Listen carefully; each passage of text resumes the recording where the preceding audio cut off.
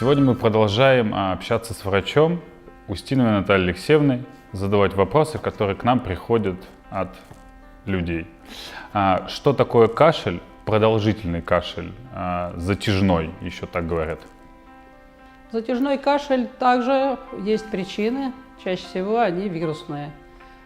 Чаще всего это вирус аденовирус, вирус, который у детей вызывает воспаление тоже миндалин и еще воспаление носоглотки, аденоиды.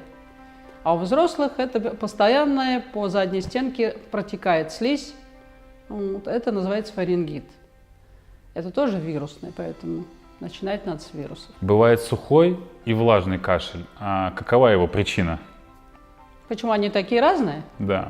Разные по одной и той причине. В первую очередь бывает, что аденовирус вызывает большое количество образований слизи, и тогда вот слизь как раз проходит по задней стенке глотки и начинается влажный кашель. А бывает, когда с подъемом температуры, как раз глоточное кольцо очень сухое, дерет. Когда вы першит горло, вы понимаете, что прям дерет горло, сил нет какой. Вот это сухой кашель. Человек начинает кашлять и еще больше рвет горло, и кашель еще дольше длится, потому что сохнет горло еще больше. Поэтому в это время обязательно что-то надо, что вызовет образование слизи. Вот это самое важное. Побольше попить воды теплой, даже вот это тоже спасет.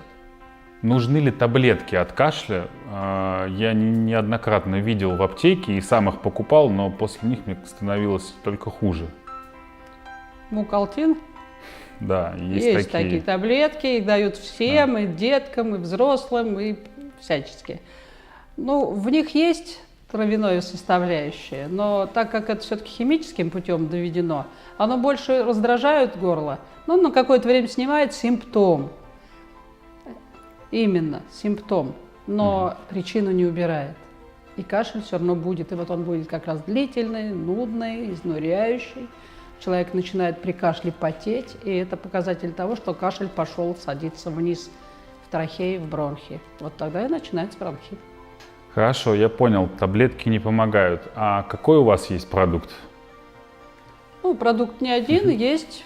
В первую очередь это корень солодки, тот, который как раз разжижает мокроту. Кашель у нас вообще дан при рождении, чтобы мы выкашливали все, что не должно копиться в бронхах и в легких. И поэтому солодка дает разжижение, мы просто быстро это выкашляем, чтобы не село никуда. Это первое. Для того, чтобы глоточное кольцо не драло и кашля не было, можно даже взять постилку с цинком. У нас вообще стопроцентный недостаток, дефицит цинка, а тут вы его рассасываете и покрываете, в нем тоже солодка, покрываете заднюю стенку глотки вот этой солодкой, смягчаете, и она сама по себе восстанавливается, когда вы ее не дерете. Это очень легко все восстанавливается. И, естественно, мы воздействуем на вирус. Вот на вирус есть такой продукт, как кошачий коготь. Кошки все живы. Это самое важное. Кошачий коготь – это лиана, у ней коготки как раз как у кошечки. Эта лиана самое хорошее, что может, опять же, проникнуть сквозь мембрану клетки и убрать, потому что вирус – это внутриклеточное. И он разрушит кошачий коготь там, ДНК вируса. Раз мы убрали вирус, человек здоров. И ассортимент продукции компании позволяет откорректировать практически любое отклонение у человека в здоровье. Воздействует на любую причину, так как это травы, они воздействуют не на следствие, на причинные факторы всех отклонений по здоровью. И поэтому у нас это в руках есть, и мы можем этим пользоваться.